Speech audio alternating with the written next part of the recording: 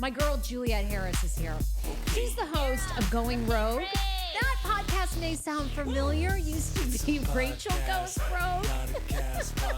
I'm honored, by the way. You are a top Hollywood PR manager. You have managed incredible stars and worked with everybody from Lady Gaga, Chris Brown, Britney Spears, and then for all of those of us that love Bravo, Rachel Leviss.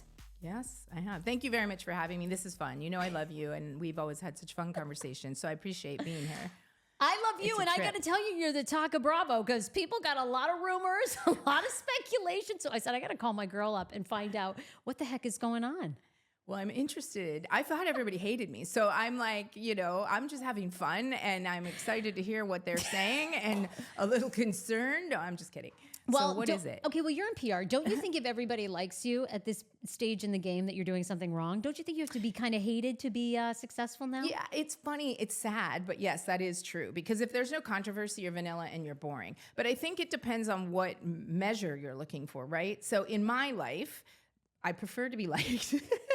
But in the world of publicity and pop culture, and when you're a celebrity, which I'm not vying to be, let's make that perfectly clear, because I'll get drugged for that, is that I'm not really looking for people's approval or their judgment. I'm doing what I do that makes me happy, right? But what's interesting is when you see it in a concentrated format like that, it's a little shocking. So for example, I've spent most of my life staying out of the public eye, and I have had the most famous ponytail in Hollywood because I would jump in front of a camera and pull the Backstreet Boys out of the way. They catch my ponytail. It was always this sort of a thing.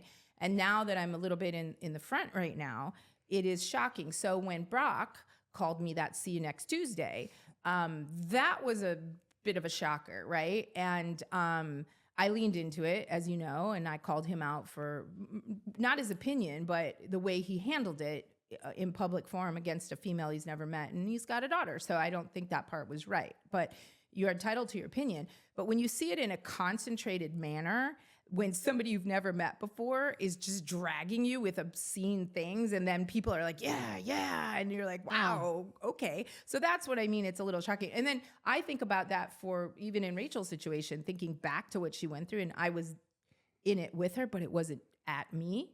Some of it, I guess, got to be there. But so it is a little bit shocking. But yes, to your point, the old saying is all publicity is good publicity. So there you have it. Well, we're going to get into it today. Okay. Can you take people back? How did you and Rachel even start to work together? Did she reach out to you? Did you see what was unfolding and you reached out to her? Like, how did that relationship start? We actually had a mutual friend. And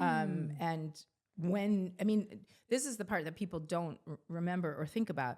This all happened in a matter of like 4 days. So from the time she found out she was videotaped without her consent, from the time that the affair became public and hit TMZ, and her actual real life relationship was unraveling, it all happened, I think it was a Friday to a Monday. And so she reached out to me, her and her family, and their attorney reached out to me. Through the weekend, we made moves. The attorney had to get the letters to the cast and to the production company because she had no idea what was going to happen with that video. And we all know what happened to Pamela Anderson and Tommy Lee, or Kim Kardashian, and she didn't want any of that to happen. So we all jumped in there. That is amazing, actually. By the way, I was trying to think, that video's never been leaked? No. To our knowledge, thank goodness, no. No, we would all know. That's actually quite amazing. I know. Is that you and the lawyer? Damn, well, it's because of the timing that we went really quick on it, first of all.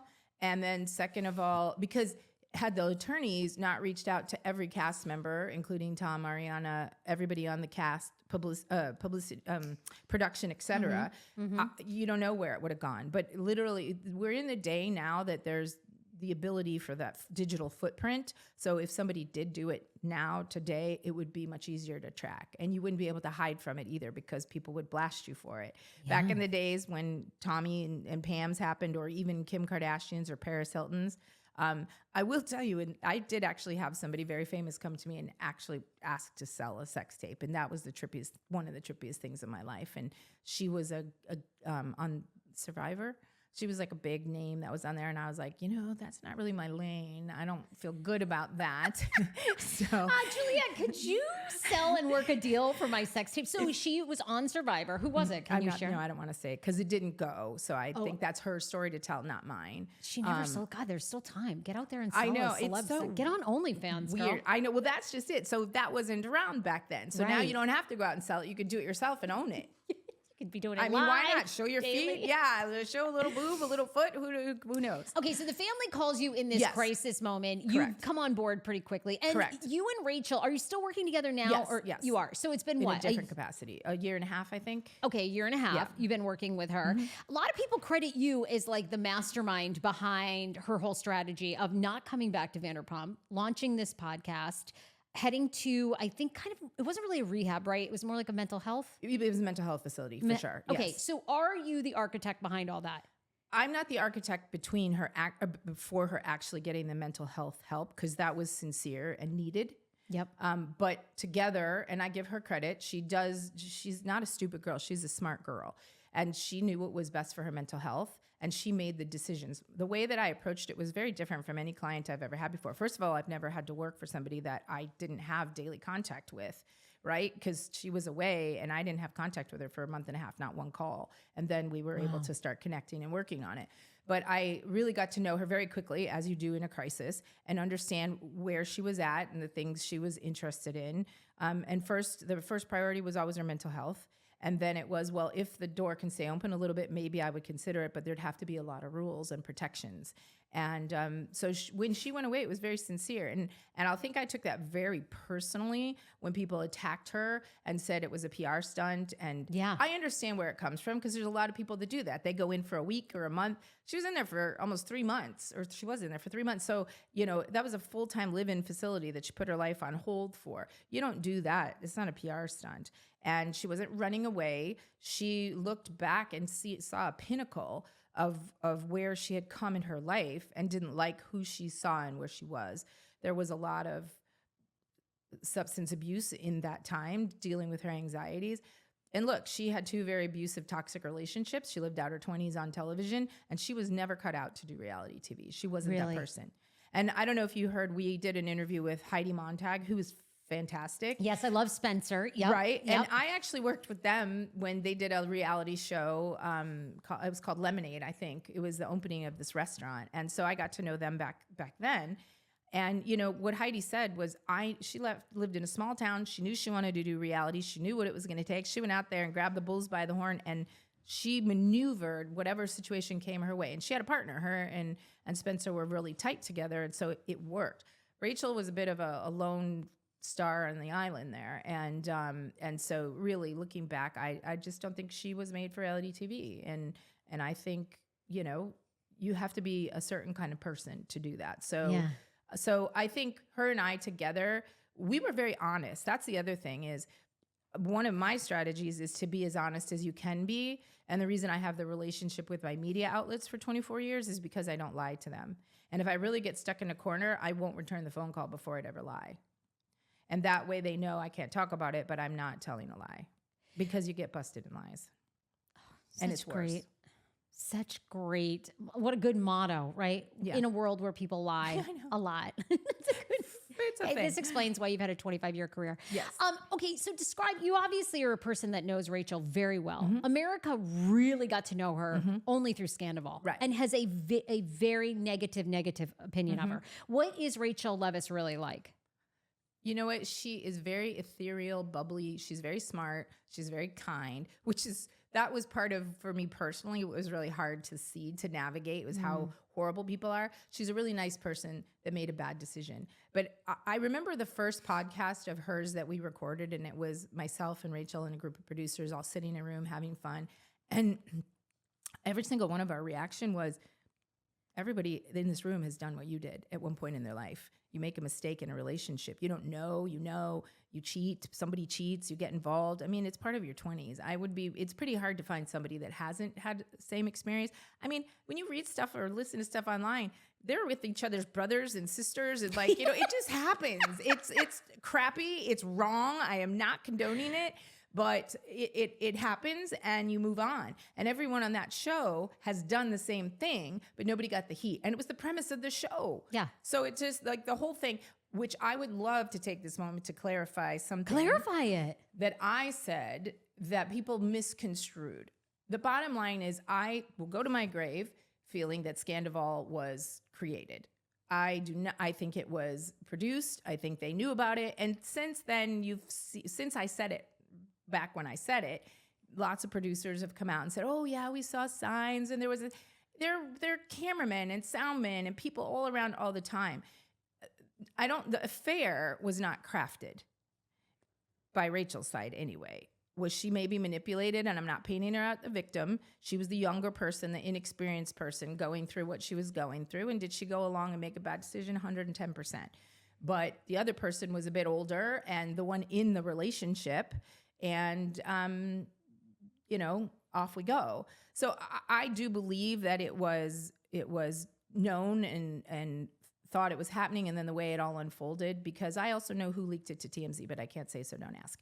So I 100% Well, wait. know. Okay. Yes. But who do you think, okay, what can you say? Do you think Lisa Vanderpump, because there's always been a rumor that Lisa Vanderpump, who remains pretty tight with the Toms, knew and handed that on? Do you think that's... I think they all knew at a certain point. So you think everyone, Alex I Baskin, I do. Lisa Vanderpump, do you think Ariana was aware of this, like... Yes, I do. Long before it blew up? Yes, I do. Because there was a lot of... Okay, my first conversation with Tom was all about how him and Ariana, how they were a brand and how he was moving away from Ariana and he wanted to have the brand with Rachel. It was shocking to me because she was going and checking herself into a mental health facility. And the conversation we were having with him was give her some space. He wouldn't give her space. He used to gaslight her and call her 24/7. And she was so confused and weak, she couldn't say no. And it spun her around all the time. And he stopped her from going a week earlier. And the pressure that he used to put on her, I mean, it was So Tom's insane. plan was, we're really going to be together. Yeah. I want to give this a go. Let's get together. Let's start our own brand. Let's lean into we're in love. And so what really is the truth with that? Was Rachel ever really in love with him, or? I think she was infatuated with him. I don't think she knew at that time what real love is. I really don't. Because I think, again, she lived out her 20s and most of her dating life on the show. And James was her first relationship. Not a great one, but toxic and a bit abusive. And so you get pretty spun around in that. And then, so somebody treats you like crap, and then your knight in shining armor that you have respected suddenly comes in and love bombs the bananas out of you. And I think you're on this pedestal, somebody you thought was so cool and old. And then, so I really don't think she knew. And I think the best thing that could have happened for her, I wouldn't say that, the show, it was great for her because this happened, but she did go to some place to learn about herself, to learn what she needed, and that she was codependent and she was looking for things to solve herself in somebody else. Those are her words, not mine. And now she's not that person.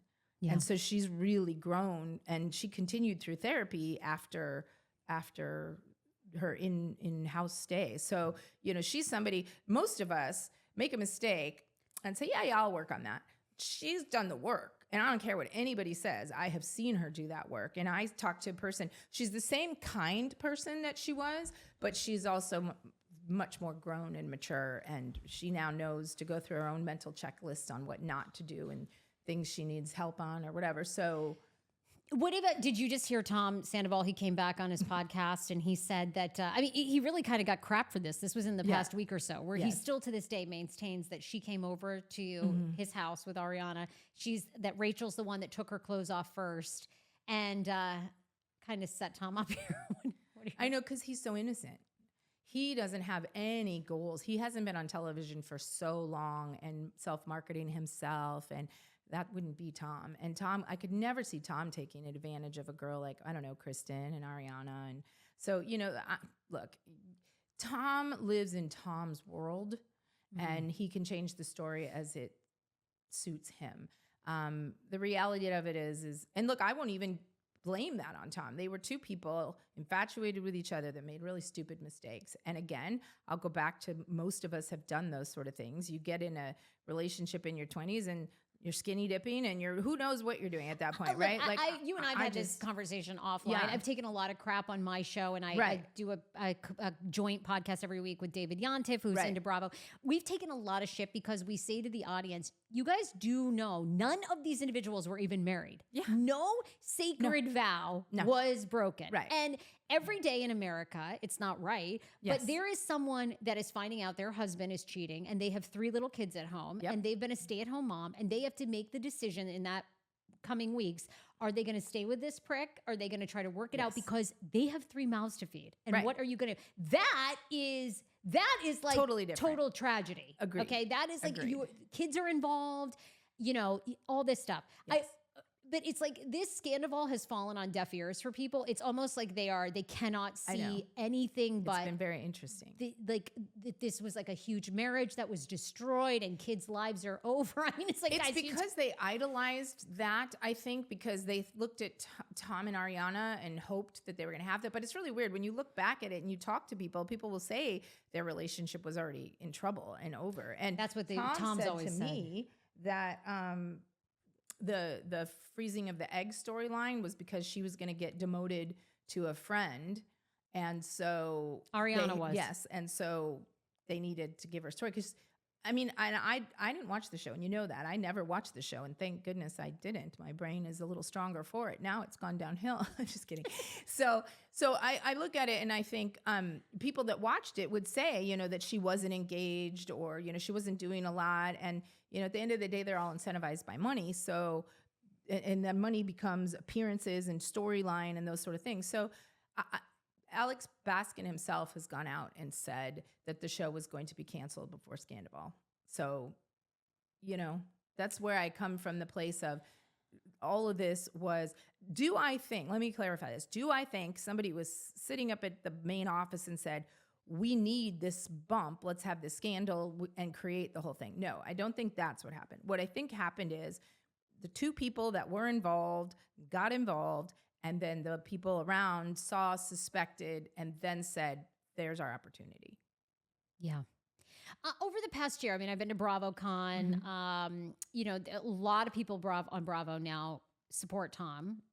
Lala Kent, Lisa Vanderpump.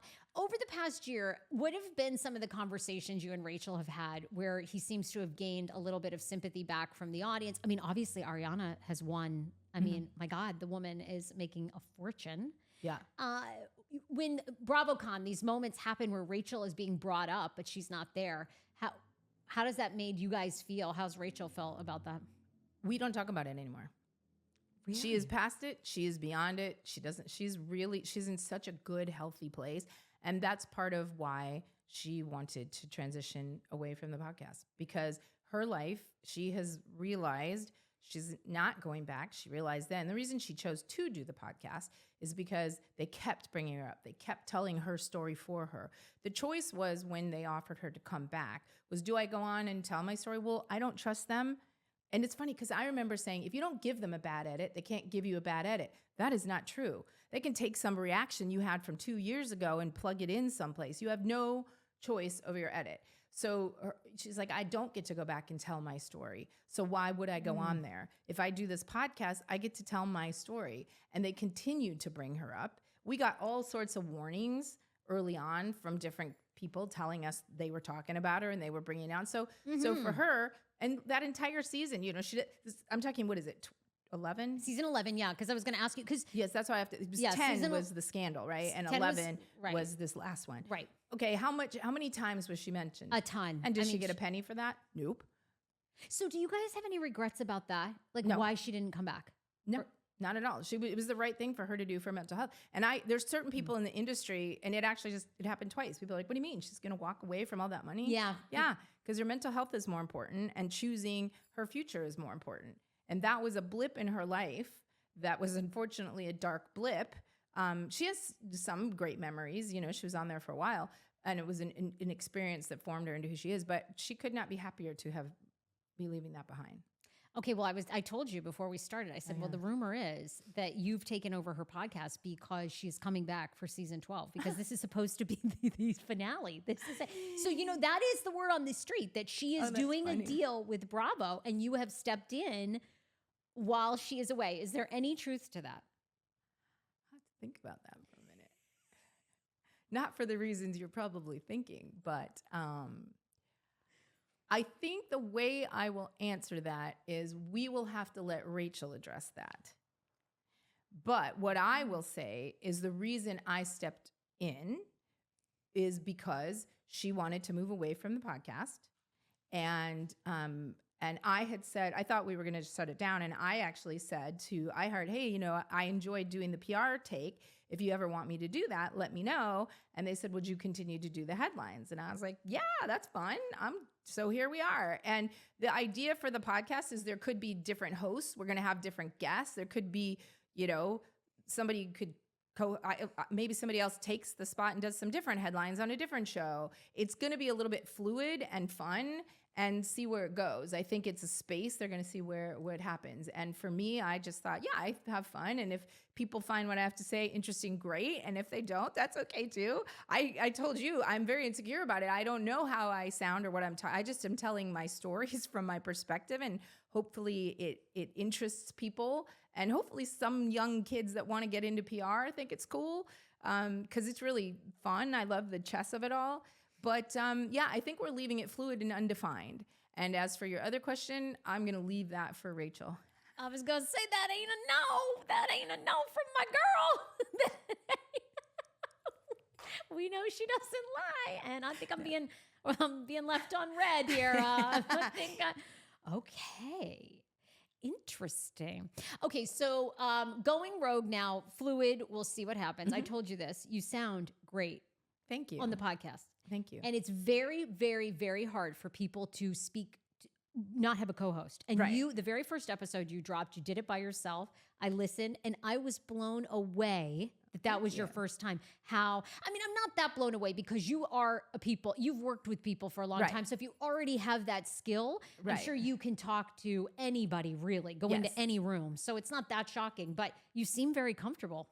Thank you. Yeah, it's funny because first of all, you're looking at yourself, right? And that's weird. And you're just picking yourself apart. And then I say to the producers, I'm like, does that sound okay? Because one of the things, I don't have ADHD. However, the way that I process and the way that I look at things is very circular. So I will mid-sentence pivot and explain the other side because of 25 years of doing what I do. And, I always say, follow the money, follow the story, think outside the box. So I will answer a question with like 2 answers. So, I don't know how that translates for people listening, but I'm trying to give the perspective because if I don't know the facts, and there's so many variables, and this is the part that people don't understand when they snap to judgment on something, is that you've got to first know the motivation, right? So for example, the show coming back. Why would these people not want the show to come back? That's big money for them. And I know that, there's all sorts of rumors and whatever, but as long as they can be on it, they're going to want to be on it. As long as it's successful for Bravo, it's going to be successful for Bravo. Why do they all talk about everything and put their lives out there? Because it makes a headline. The more press they get, the more opportunities for endorsements. It's all about following the money. That's number one, because wherever they're going to make it, that's why they're doing what they're doing. All of entertainment is about that. Okay, to your point, there's a ton of rumors why season 12 of Vanderpump has not started filming. And we hear it's salary dispute. What have you heard? I've heard salary dispute. I've heard, who's going to be, like, what's it going to look like if Tom and Ariana still aren't talking, and is Ariana coming back or not? There's so many rumors. And at the end of the day, what it's going to come down to is what other opportunities those cast members have at the time. It's going to be what money is offered to them. And if it makes sense, but it's going to go as long as it can go until it doesn't make money for Bravo. That's my opinion. So you don't even think that season 12 is you don't even really believe that rumor that this could be the end. No, look, I don't know the numbers. So what I'm saying is if the numbers are out of sync, if it's too expensive to produce and not enough views, they're going to cut it. If it's cheaper for them to bring on a new cast and use some of the old ones, Like I gotcha. the powers that be are not looking at it like you, me, or fans.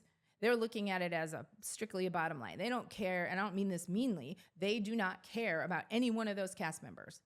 They do not care about the show. They do not care about the brand. They care about their bottom line. Does this make us money? Does it make sense? You know, is it going to go down and then they do one more? Or, you know, some people, some producers end a show on the up, right? And there's a reason for that because they want to leave with something that they're proud of and then move on to the next show. Yeah. In this situation, it's going to come down to the money. Does it make sense? And the viewership. So you think it's more money than infight? The other rumor is that they're all infighting. To your point, Ariana and Tom still hate each other. Right. We've heard that Tom's new girlfriend is going to appear. You know, Schwartz and Katie somewhat get along. You know, so we hear that they all hate each other. Now we know Ariana and Lala aren't speaking. Lala just went on Jeff Lewis. They don't speak. So do you think that's true? That they're none of them here's like the each thing. other? You know, what people have to remember, and I know it's really hard because let's clarify why people watch this show. It's a certain amount of fantasy. It's a certain amount of escapism. When you have trouble in your life that you don't want to deal with, it's much better to project on somebody else's, right? Yeah. And we all love the drama and the gossip. It's escapism. It's like eating candy, yes. right? And it's also a way to connect. fun. Like when you work in an office, you know, this is the part I miss. Like when I worked at Fox 5, there were just shows, Sopranos, Breaking Bad. I mean, Scandoval, where everybody, a big group of people would come in and you'd have that in common. You know, you'd have that to talk about. Right. So it's also a way for you to connect with other people, Definitely, you know? for sure. But at the end of the day, it has to make sense as far as what I was going to say is these people are not real friends. They're TV friends. So look at it like a big picture, like Moana. Moana 2 is coming out. Yay. Okay. Do you think that, I forgot that little cutie pie that's the Moana actress. Did you think her and The Rock like hang out? Never. Right? Okay. Never. In Hollywood, there are some friendships that forge, like Ryan Reynolds and Wolverine. I just forgot his name. Hugh Jackman. Well, and I mean, I think the two Toms. Right, and the two Toms. Okay. Okay. Right? Yeah, so We there think are they're some real, I guess. very real relationships. Okay. And then there are some that are really just TV relationships. They go in and they do their job and they leave. And when you're forced into that setting, you sort of make the best of it for when you can. But then when you're, you know, once there's a disagreement, you're like, those aren't my real friends anyway. I'm just going to check out. So look, at the end of the day, if the paycheck is there, they're all going to find a way to film. Gotcha. And if there isn't the paycheck that they want and there are other jobs and other endorsements, don't forget, every one of the jobs that they have gotten endorsements is all because of that show. And so it doesn't even matter what happens on the show. What matters to them is what do they get from it. Yeah. And as a whole, television, you know, when terrestrial television kind of has gone away, right? Yes. Now the way that people look at doing a show is it's an advertisement for what else they have going on. So it's a really long commercial that we happen to get vested in. But so I think, look, it's going to come down to the things that we don't think about. I hate to make it unpretty for people because, like you said, people love it. But at the end of the day, it's going to come back to if it makes financial sense, and it will. If it does make financial sense for all of them, they will make those relationships work. What does Rachel keep in touch with, or was anyone on the show her real friend? Do you hear from anyone? In my opinion, none of them were her true friends. Hmm. And now, like Lala, has anyone called her and said, "Hey, you know"? Not one of them ever called her afterwards. Ever. No one's ever reached out to speak to her. Maybe other even than Tom, who was during the place while she was in the facility, and he was calling. First, he called her, and then when she cut him off, he called me, begging to talk to her, and I said she doesn't want to talk to you, and so he would talk to me and ask me stuff and try to tell me stuff and try to coerce me to get her on the phone. And when she cut it off, she cut it off. She was done. Did you guys even hear from like Andy Cohen, Alex Bass? Did anyone ever check on her? Never. Nobody ever checked on her, ever. Not when she went inside the facility. Never. Nobody checked on her. Not an email? Not an email. To the lawyer? No. Only when they were interested in negotiating to get her come back. That was the only reason. No one said, "Hey, just making sure she's okay." No, not one. And if you remember, when she went in to the facility and everybody was saying she was at the spa, yes, which forced me to prove where she was, which then they never retracted that they said she was at the spa. Nobody ever said, "Oh, whoops, sorry, that really sucks," or "We wish her well." So when I found particularly funny is when she commented on Jax and everybody attacked her for it. And it's like, who has more insight on what he's going through at that moment than her? Who is more relatable to what is happening with him being on her show and going into a rehab or facility, whatever his scenario was? There's lots of rumors there too, than her. And all she did was wish him well and, you know, give her opinion that it's going to be tough to do reality while you're in treatment and working on yourself, you know. And I think he even came out after that and said, you know, thanks, but no thanks. I don't even really need her for that too. They all did.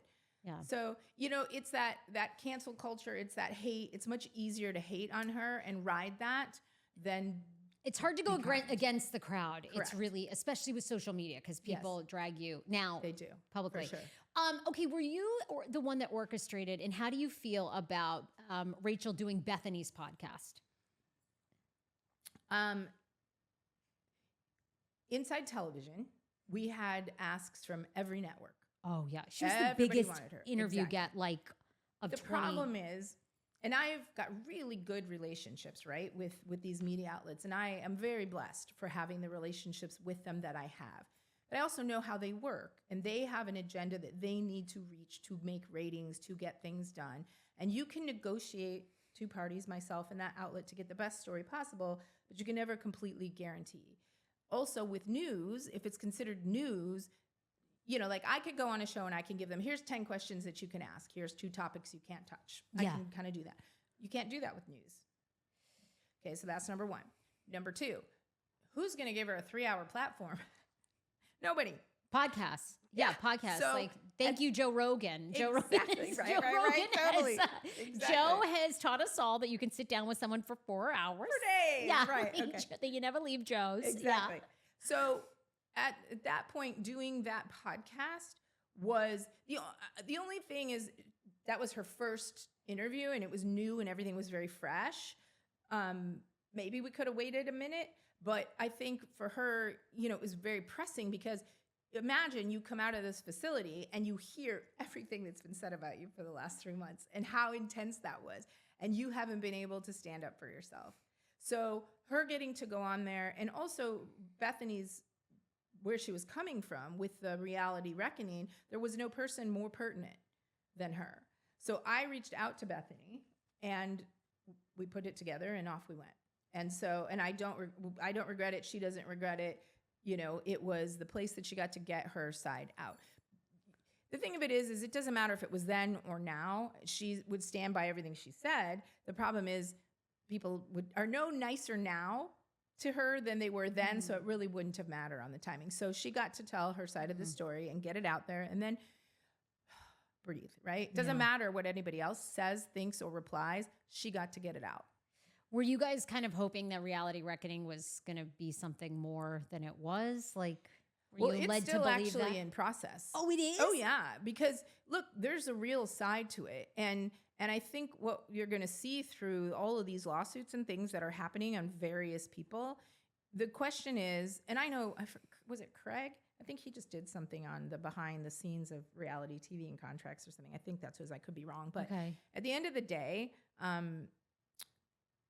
the difference between an actor that does reality TV, news, or film, and what a reality star gets is completely different. There are no protections. There are some very bad contracts. I've been a member of SAG-AFTRA union for 2 decades. Okay. Yeah, I mean, you get a lot. You get health insurance, a pension. They don't get that. You get incredible, all the things you can think of. Yes, that union has become quite strong. Yes, and they don't have that. They're no not included. Protections. They have horrible contracts, like the most abusive contracts. And I'm talking all the way from an American Idol to a Voice, because I've seen them all. And they're like this thick. And they are the most brutal contracts you could ever imagine. And so what, and I understand why the reality shows, the production companies don't want them to have it, because right now they're making all the money.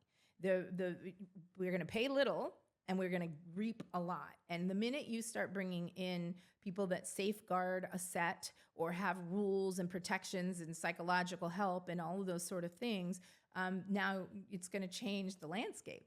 So that's why they don't want that to happen. Sure. But, you know, Rachel actually at one point said ethical TV, and everybody mocked her for it. Well, why? I don't know what's funny about that.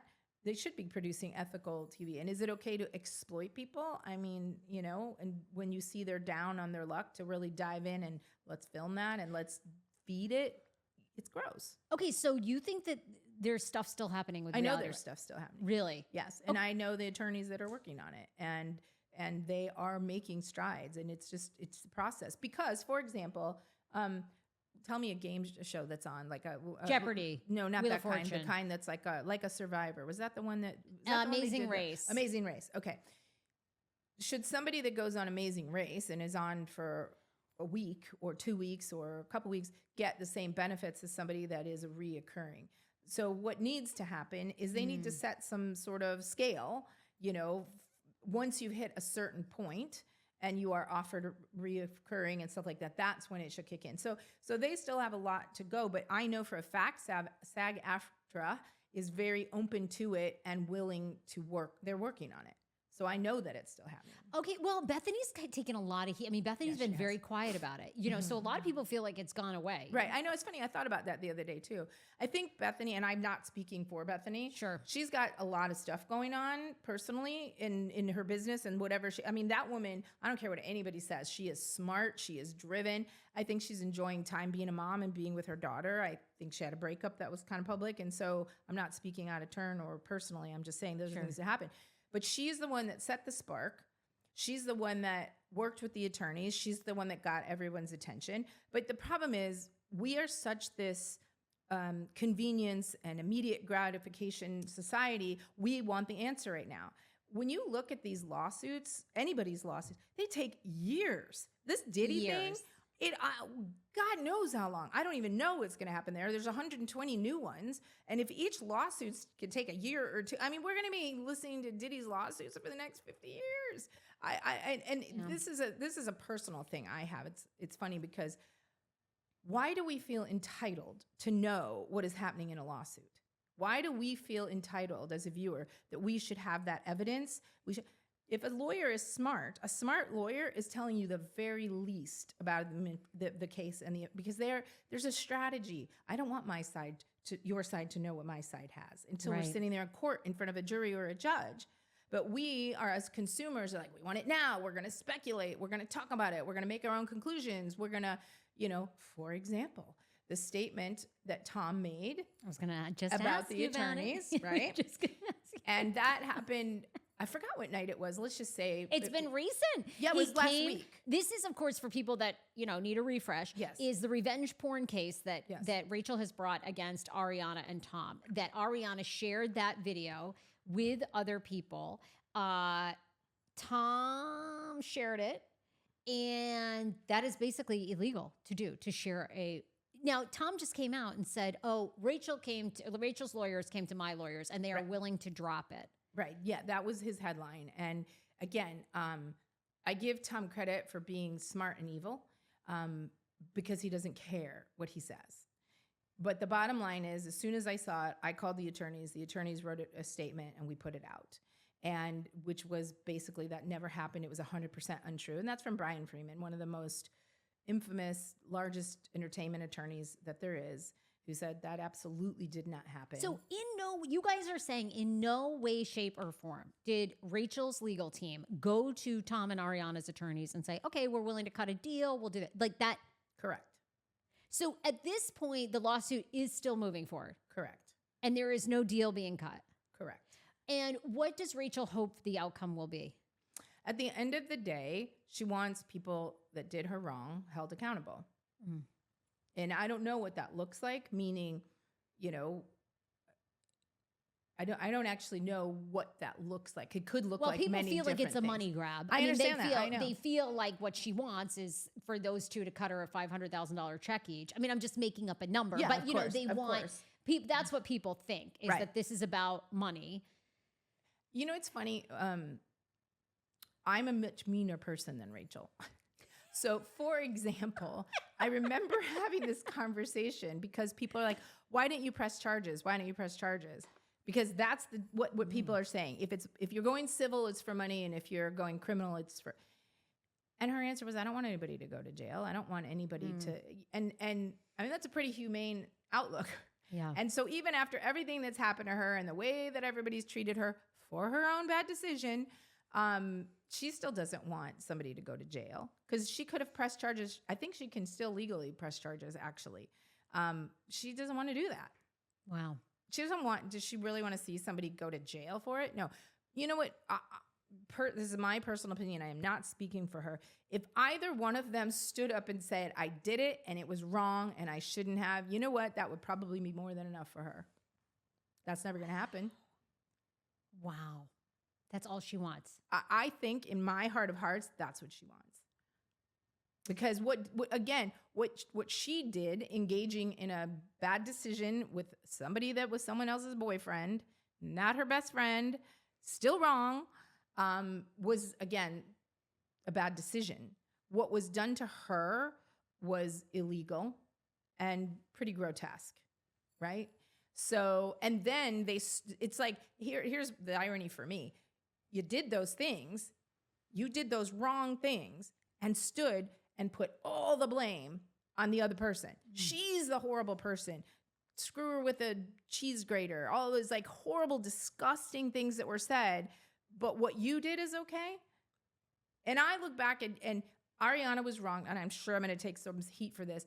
She was wronged. And then she got on there and said what she said. I'm sorry. That was a pretty gross, classless person that said that. And I know I'm going to get drugged to hell for that. But I don't know that I could say those things to somebody, even though I was hurt. And especially when it was a 50-50. It wasn't Rachel's. She didn't concoct this thing and create it. It was two grown people that made a decision to mess around and, yes, hurt other people. Was it mean? Was it bad? Was it not well? 100%. But did it deserve eternal condemnation? I don't think so. And my God, it's boring now. I have two last questions for you on that, and then I want to talk some other amazing celebs you've Okay. repped. One of the questions I wanted to ask you is, does Rachel have, for the past year and a half, you guys have had a strategy, you did the launch of the podcast, Bethany, she didn't go back to TV. Does she have any regrets about anything, the way that you guys have handled it? I don't think Rachel has any regrets. I think she's in the actually prime of her life right now. I feel like it was, what's that called? It's not delayed gratification, arrested development. I feel like she lived through arrested development because she was sort of trapped by the trappings of the show, defining who she was, right? And now she's free. She's completely free. She's got all sorts of things in the makings and in the works and things she wants to do that are not relevant to that television show. She's got friends that, she lost a lot of friends. I wouldn't say lost. They were on pause because people, when they were mad at her, they attacked her personal friends. And like one of them, they had her website, her business taken offline. Like they spun around and hurt these innocent people. And so people were like, I love you, but I just need to wait until this dies down. Wow. It wouldn't die down, right? No, so the it took a longest minute. scandal in history exactly. that's gone on. I That's made know. like the New York Times. I know. It hit every outlet. publication. Yeah, And everywhere. when my in-laws in England read it, I was like, wow, okay. My mother-in-law was like, what are you doing with this, Rachel? And I was like, oh my gosh. So now she's really fostering those relationships as well as new relationships. She's met people from her recovery. She's met people that like the same thing. She has a huge part of friendship. So I feel like that time in her life where she was kind of trapped in Vanderpump Rules has lifted. She's getting to travel. She's getting to do things that normal 20 through 30-year-olds got to do that she didn't get to do. So in my opinion, again, you would have to ask her in her voice, but I don't think she has any regrets of where she is and where she's going. I think she's very excited.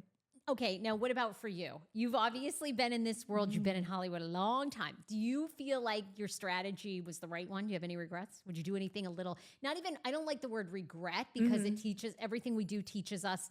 Is there any strategic move you would have done differently? No, I think every time you think of a plan, and you know what they say about the best laid plans, right? There's so many variables and circumstances that are beyond your control.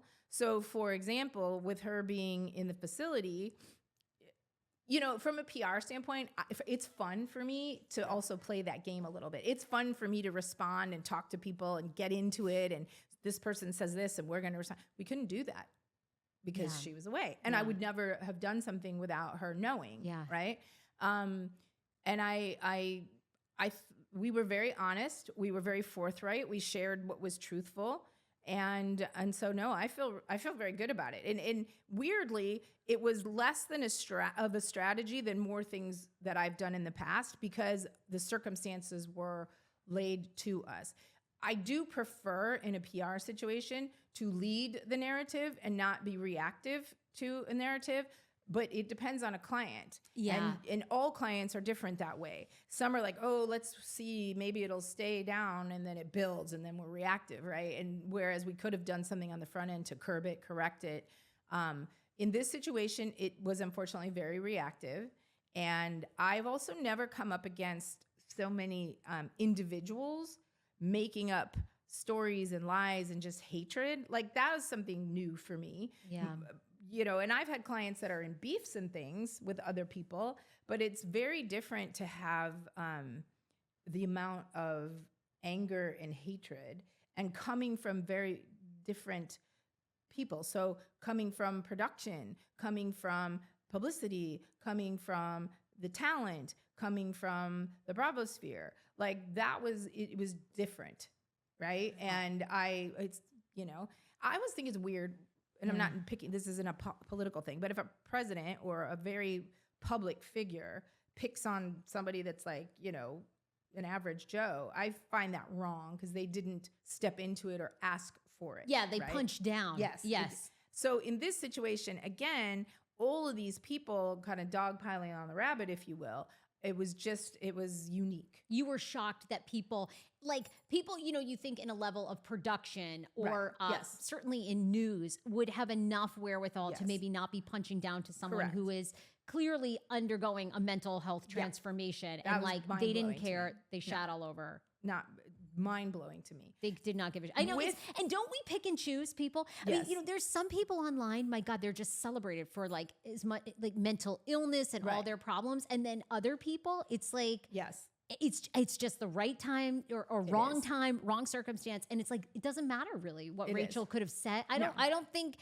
she would have been shit all over. It was 100%. Like she was just a scapegoat for hate. And she still is. And you know, one of the things I would try to explain to her is that we talked about it. If you haven't seen the Monica Lewinsky documentary, it's a good one. It's so smart. Yeah. And it's so well done. And it's not Monica really talking. It's all these experts. And it's talking about how the brain works and how the algorithms work and how they drive us towards the negative.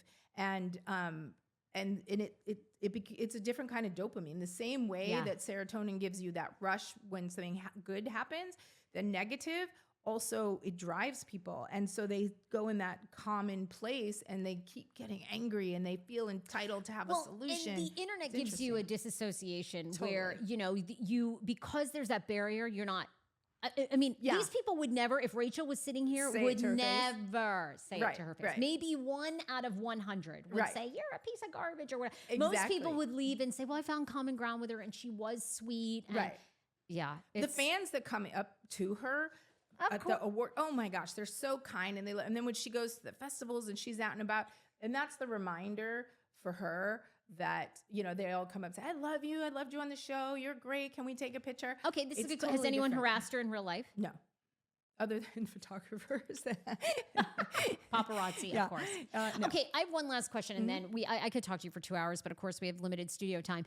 The other thing people have always wanted to know, how does she support herself? Is her family rich? Like, people have always wondered this, like, how is she affording this facility? How is she affording all of it? I think, you know, I try to stay away from that. It's not really my business. Yeah. I think she has a good family network, and I think she's, you know, capable of supporting herself. And then the monies that she has made, and, you know, she's lucky to come from a very good and supportive family, which those poor people took so much abuse too. I mean, they didn't sign up for that. That's wild to me too.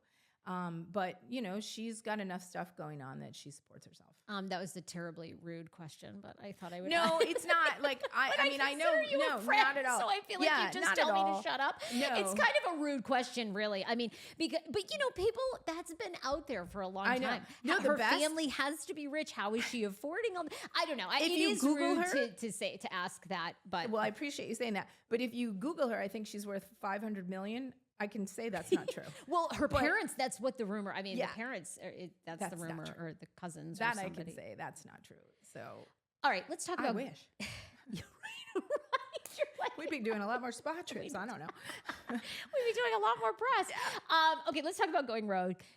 You're going to talk stories from the industry. You're going to talk about pop culture. You're going to bring on guests. But you have worked with some huge names. I have to ask you about Chris Brown, Britney Spears. I mean, when did you work with Britney Spears, and in what capacity?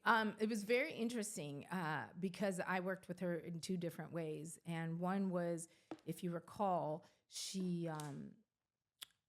Shar Jackson was mother to children with Kevin Federline. Yep. And then Britney and Kevin cheated and became a thing. And so I maneuvered Shar and through that entire thing. And I'll tell you one of my biggest gut-wrenching losses. I'll tell you that about this. It was with Britney in just a second. And then I worked on the other side when she got married to Jason Alexander and his story and how it made it to the publications. So it was fascinating. I got such an inside look to her. And then years later, her kids actually did sports camps with my kids. Wow. So it's really funny. So it's like all about it's very weird. Same thing with the Kardashians. My daughters did karate with all their kids. It's just like it's just a weird world. But so as a publicist, your tear sheets, your press gets, those are your wins and your losses. When you get a great piece, that's a win. That's the trophy. Because you don't get a lot of thank yous. You don't get, a bonus check when that happens, but that's your trophy. And one of the things we'd done a birthday party for Shar and Kevin's kids. And we were up at another client of mine. He was a plastic surgeon who actually did Heidi's work. And he had this ranch. And so we were doing this birthday party at the ranch. And it had just come out that Kevin and Britney were seeing each other. And here we are trying to do this birthday party for little kids. And so we picked the furthest remote spot on this ranch that we could possibly be.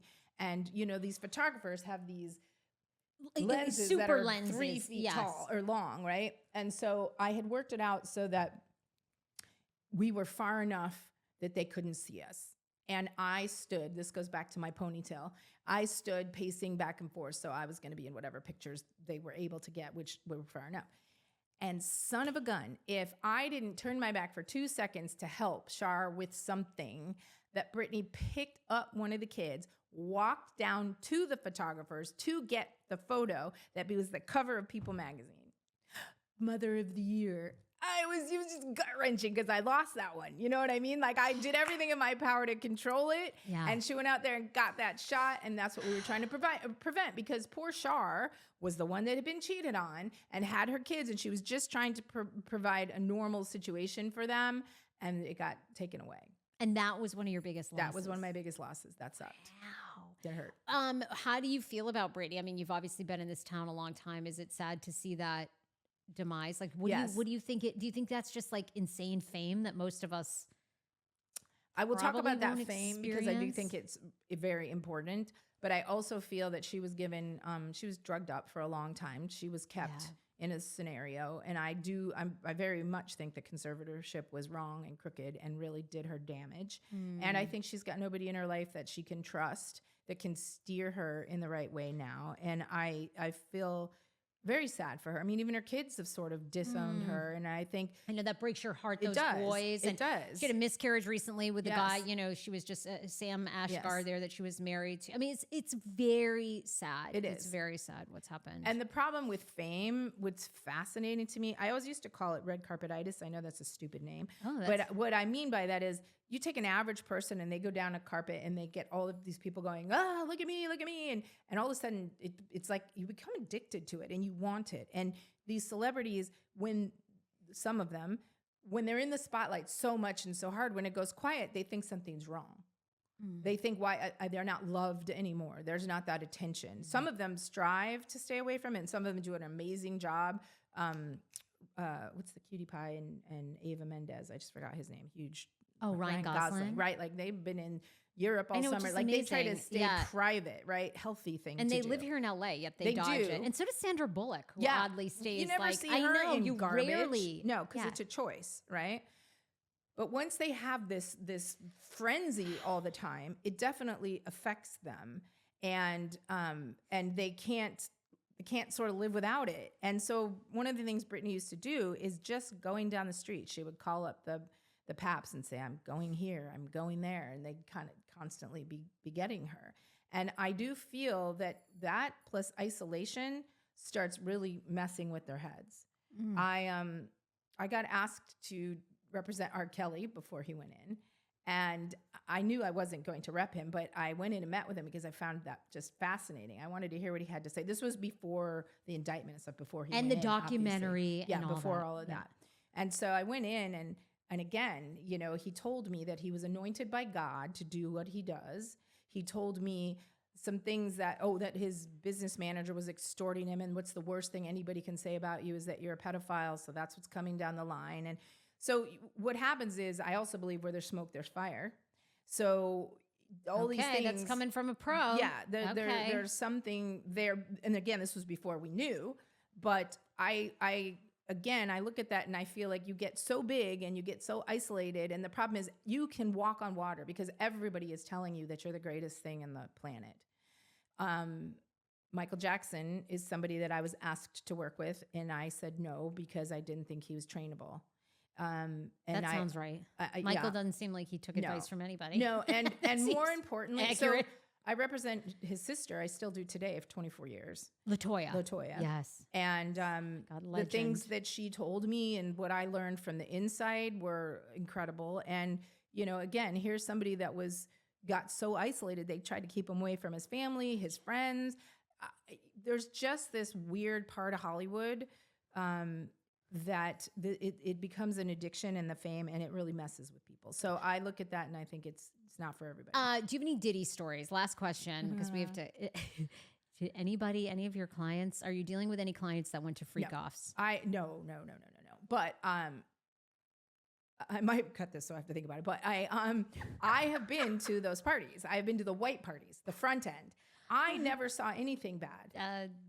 Okay. Well, a lot of people have come out and said that. A lot of people have said, God, I'm trying to think, who was it?